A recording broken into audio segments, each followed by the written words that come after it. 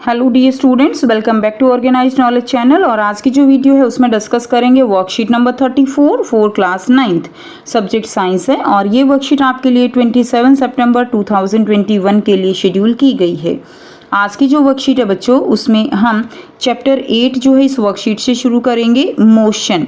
ठीक है, सो प्यारे बच्चों, वर्कशीट शुरू करने से पहले बेटा प्लीज़ चैनल को सब्सक्राइब कर दीजिए, बेल आइकन को प्रेस कर लो ताकि आपको आने वाली वीडियोस की नोटिफिकेशन वो समय से मिल जाए। सो आज की जो वर्कशीट है, मोशन में हम डिस्टेंस, डिस्प्लेसमेंट एंड स्पीड के बारे में पढ़ने वाले हैं। So, when an object changes its position with respect to other object along with time, उसको हम क्या कहते हैं? उसको हम जो है मोशन कहेंगे। यानी कोई भी ऑब्जेक्ट जो है दूसरे ऑब्जेक्ट के कंपैरेटिवली जब अपनी पोजीशन चेंज करता है, मान लीजिए यहाँ पे एक पेड़ है और आप इस पेड़ के पास क्या कर रहे हो, चल रहे हो, तो यानी पेड़ के कंपैरिजन में आप मोशन में हो टाइम के साथ। This state of an object is called motion और change in the position of an object with time is called motion। Time के साथ अगर किसी भी ऑब्जेक्ट की पोजीशन में कोई चेंज आता है तो उसको क्या कहा जाता है? उसको कहा जाता है कि वो ऑब्जेक्ट जो है वो मोशन में है। Now in physics there are two states of an object. Physics में जो है टू स्टेट्स रहेंगी ऑब्जेक्ट की। एक होता है स्टेशनरी यानी रेस्ट पोजीशन पे होता है, एंड इन मोशन यानी मूविंग स्टेट, यानी जिसके अंदर कोई भी ऑब्जेक्ट जो है वो क्या करता है, मूव करता है। ठीक है, जो स्टेशनरी है यानी एक चीज़ जैसे बिल्कुल स्टेबल है, कॉपी है वो टेबल पे रखी हुई है, वो स्टेशनरी ऑब्जेक्ट है। लेकिन अगर आप मूव कर रहे हो तो आप जो है मूविंग स्टेट में हो जाओगे।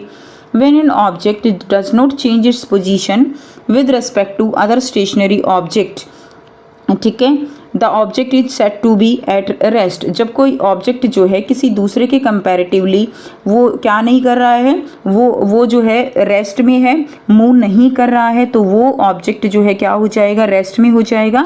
जैसे ट्री है, पिलर है, बिल्डिंग है, एट्सेट्रा।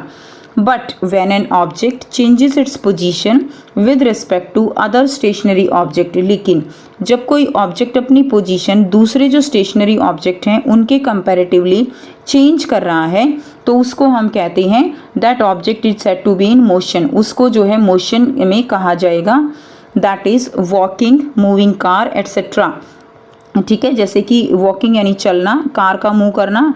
ठीक है, generally motion is of 3 types. Motion जो है वो कितने टाइप्स के होते हैं? 3 टाइप्स के होते हैं। वन इज लीनियर और rectilinear motion. When an object move along a straight line, जब कोई ऑब्जेक्ट एक स्ट्रेट लाइन में मूव करता है उसको हम लीनियर मोशन कहेंगे। जैसे ट्रेन जो है वो पटरी पर चलती है, उसको हम लीनियर मोशन कहेंगे। सेकेंड है ऑसिलेटरी मोशन। ऑसिलेटरी मोशन क्या होगा? When an object move to and fro from its mean position, अपनी मीन पोजीशन से इधर उधर, जैसे झूला गति करता है, ठीक है, या पेंडुलम गति करता है, वो ऑसिलेटरी मोशन कहलाती है। नेक्स्ट है circular motion. When an object move in a circular path, जब कोई ऑब्जेक्ट एक सर्कुलर पाथ में मूव करता है उसको हम सर्कुलर मोशन में कहेंगे। जैसे कि जो फैन है वो मूव करता है। ठीक है, तो 3 टाइप की मोशन मैंने पढ़ी, linear motion, oscillatory motion and circular motion. Next देखिए, we know that linear motion is the simplest type of motion. Linear motion वो सबसे सिंपल टाइप ऑफ मोशन है। To describe the position of an object we need to specify a reference point called the origin. देखिए, किसी भी object की position को specify करने के लिए एक रेफरेंस पॉइंट की नीड होती है और उस रेफरेंस पॉइंट को हम ओरिजिन कहते हैं। यानी अगर कहा जाता है कि आप जो है अपने घर से स्कूल को गए तो बेटा उसमें जो आपने डिस्टेंस ट्रैवल की है या आप किसके कंपैरेटिवली जो है जा रहे हो, यानी स्कूल जा रहे हो, घर से जा रहे हो, तो घर क्या है यहाँ पे? घर आपका ओरिजिन है, आपका रेफरेंस पॉइंट है। क्लियर, वहाँ से आपकी पोजीशन देखी जाएगी घर के कंपैरेटिवली कि आप मोशन में हैं या रेस्ट में हैं। नेक्स्ट देखिए, the reference point of an object decide whether the object is in motion और एट रेस्ट। कि रेफरेंस पॉइंट जो है कोई किसी ऑब्जेक्ट का डिसाइड करेगा कि कोई ऑब्जेक्ट वो रेस्ट में है या मोशन में है। Whenever an object move from its reference point, जब भी कोई ऑब्जेक्ट अपने रेफरेंस पॉइंट के कंपैरेटिवली मूव करता है, ठीक है, and it cover A distance in A time interval, और एक टाइम इंटरवल में एक डिस्टेंस कवर करता है, तब हम उसको कहते हैं कि वो ऑब्जेक्ट जो है मोशन में है। एक टाइम के साथ क्या करना चाहिए, एक डिस्टेंस कवर होनी चाहिए, तभी वो चीज़ जो है किस में रहेगी, मोशन में रहेगी। Now the length of actual path travelled by an object is called distance. अब देखिए यहाँ से यहाँ पे घर है और यहाँ से यहाँ पे स्कूल की तरफ गया, तो स्कूल से घर तक की जो दूरी है जो है, ठीक है, मान लीजिए वो 10 किलोमीटर है, तो ये क्या है, ये डिस्टेंस है। और डिस्टेंस जो है it is always a scalar quantity, यानी डिस्टेंस में हम उसकी जो आप कह सकते हो डायरेक्शन है, ठीक है, उसको हम नहीं देखते हैं, किसी भी डायरेक्शन में हम जा सकते हैं, वो ऐसी जो क्वांटिटी होती हैं उनको हम स्केलर क्वांटिटी कहेंगे। Now it is always positive, यानी जो स्केलर क्वांटिटी है या डिस्टेंस है, डिस्टेंस वो क्या है, वो हमेशा पॉजिटिव रहेगी and can not be zero, और ये ज़ीरो कभी भी नहीं हो सकती, यानी कोई ना कोई डिस्टेंस एक ऑब्जेक्ट के द्वारा ट्रेवल की गई होगी। As per SI system it is measured in metre. So SI system के अकॉर्डिंग इसकी जो यूनिट है वो क्या है, मीटर है। The distance travelled by an object from its initial position to its final position is called total distance. तो देखिए जो भी डिस्टेंस जो है एक ऑब्जेक्ट के द्वारा उसकी इनिशियल पोजीशन से फाइनल पोजीशन तक ट्रेवल की जाती है, उसको हम उसकी टोटल डिस्टेंस कहते हैं। Whereas the shortest distance between the initial position to the final position is called displacement।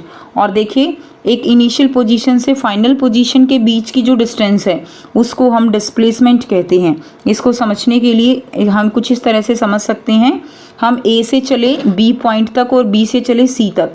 ए से बी तक हमने 3 मीटर की डिस्टेंस ट्रेवल की, बी से सी तक हमने 4।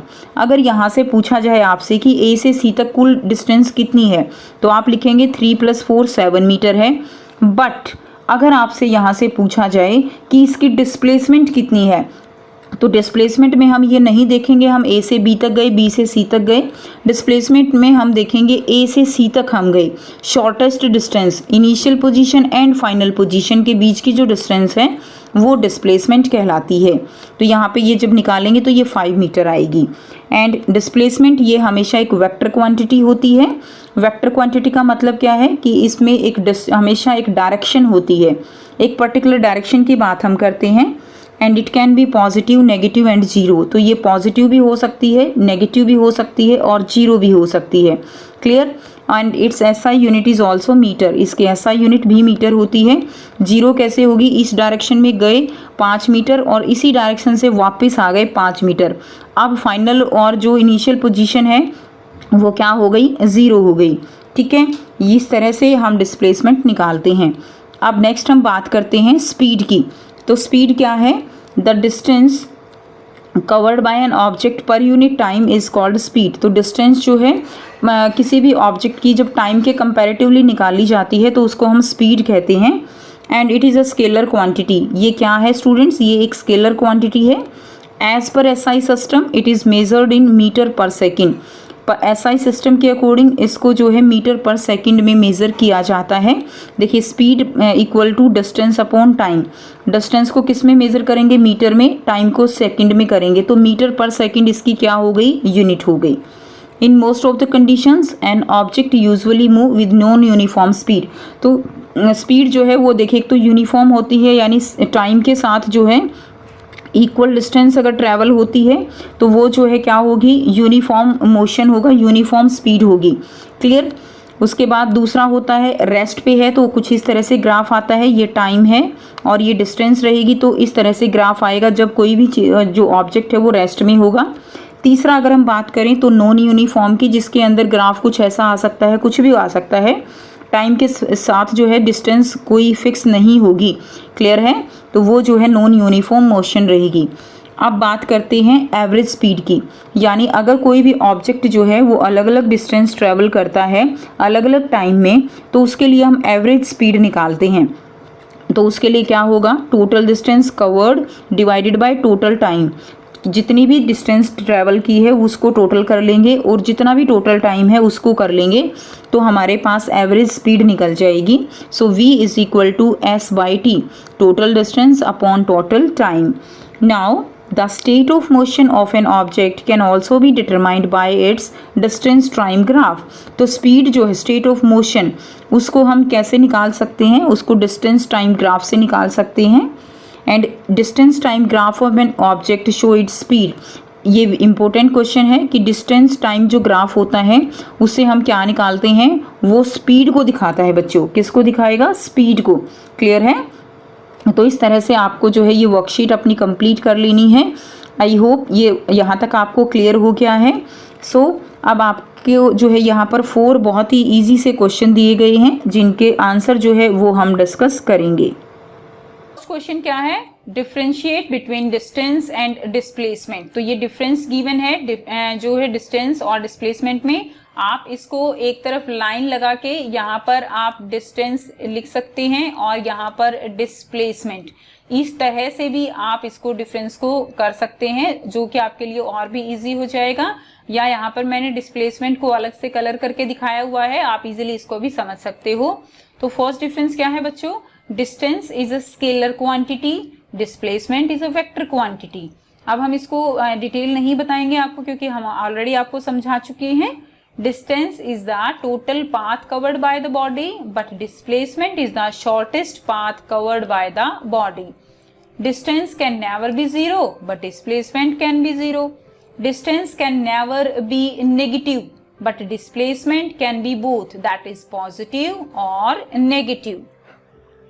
Next difference क्या है? Number 5, distance doesn't decrease with time. distance जो है टाइम के साथ डिक्रीज नहीं होगी, but displacement can decrease with time, क्योंकि इसमें हम डायरेक्शन की बात करेंगे तो ऑपोजिट डायरेक्शन में जब हम जाएंगे तो डिस्प्लेसमेंट वो डिक्रीज हो सकती है with time. Next, distance is always equal to और ग्रेटर देन द डिस्प्लेसमेंट, और displacement can never be greater than distance. तो डिस्प्लेसमेंट बच्चों कभी भी डिस्टेंस से ज्यादा नहीं हो सकती, बट जो डिस्टेंस है वो डिस्प्लेसमेंट से ज्यादा हो सकती है। सेकेंड क्वेश्चन क्या है? A car travel a distance of 20 metre in 5 second and then another 20 metre in 3 second. What is the average speed of the car? तो आपको यहाँ पर एवरेज स्पीड निकालनी है। ओके, यहाँ पर देखिए एवरेज स्पीड निकालने के लिए फॉर्मूला क्या होगा? Total distance cover divided by total time taken. So v is equal to s by t। तो यहाँ पे 20 एक बार जो है डिस्टेंस है, फिर 20 अनदर टाइम, और टाइम कितना है बच्चों? 5 + 3। तो आप इनको ऐड कर दीजिए, 20 20 40 डिवाइडेड बाय 8। यहाँ से आंसर जो आएगा आपका क्या आएगा? 5 मीटर पर सेकेंड आपका यहाँ से आंसर होगा। नेक्स्ट क्वेश्चन नंबर 3 क्या है? Define speed and write its SI unit. So speed क्या है? The distance covered by an object per unit time is called speed and it is scalar quantity. As per SI system it is measured in metre per second. Okay, metre per second से इसको major करेंगे। Next question number 4 क्या है बच्चों? In the given distance time graph of 3 object ABC, which one is moving faster. तो यहाँ पर देखिए आपको ये एक ग्राफ दिखाया गया है। इस ग्राफ में देखकर आप बता सकते हो कि कौन सा ऑब्जेक्ट फास्टर मूव कर रहा है। यहाँ पर आप इस तरह से देखिए, हम यहाँ पर देखेंगे कि A ऑब्जेक्ट कितनी डिस्टेंस कितने टाइम में ट्रेवल कर रहा है। तो देखिए ये A ऑब्जेक्ट है, ये A यहाँ पर है। C को भी हम इसी तरह से देखेंगे, यहाँ तक C ने डिस्टेंस ट्रेवल करी, और अगर हम टाइम की बात करें बच्चों तो कुछ यहाँ तक C ने जो है टाइम ट्रेवल किया, और यहाँ जो है B इतनी डिस्टेंस यहाँ पर कवर की, और टाइम जो है इसका यहाँ पर आएगा। अब देखिए कोई भी ऑब्जेक्ट अगर फास्टर मूव करेगा तो इट मीन्स क्या है कि उसके लिए टाइम कम होना चाहिए और डिस्टेंस ट्रेवल्ड वो ज्यादा होनी चाहिए। तो यहाँ पर टाइम सबसे कम किसने लिया है? ये यहाँ ऐसे टाइम इंक्रीज हो रहा है, तो A ने सबसे कम टाइम लिया है और डिस्टेंस A ने सबसे ज्यादा ट्रेवल की है। ओके, तो यहाँ पर फास्टर कौन मूव कर रहा है? Object A is moving faster because it takes less time and travel maximum distance. Okay, so ये थे बच्चे आपके 4 क्वेश्चन जो कि आपके लिए काफी इजी हैं सॉल्व करने। और अगर आप जो है वर्कशीट को अच्छे से समझते हो तो इससे रिलेटेड और भी क्वेश्चंस की आपको ट्राई करना चाहिए। जो भी आपके एनसीईआरटी में या extra blue box question given है वो सभी आपको साथ साथ ट्राई करते रहना चाहिए। ठीक है, अगर कोई प्रॉब्लम है तो बच्चे कमेंट करके पूछ सकते हैं, और कमेंट करके बताइए आपको वीडियो कैसी लगी। अच्छी लगी तो लाइक शेयर जरूर कीजिए, फ्रेंड्स के साथ शेयर कीजिए, और चैनल को सब्सक्राइब करना मत भूलिए, एंड बेल आइकन को भी प्रेस कर लीजिए ताकि हर वीडियो की नोटिफिकेशन आप सब बच्चों को मिलती रहे। So thanks for watching.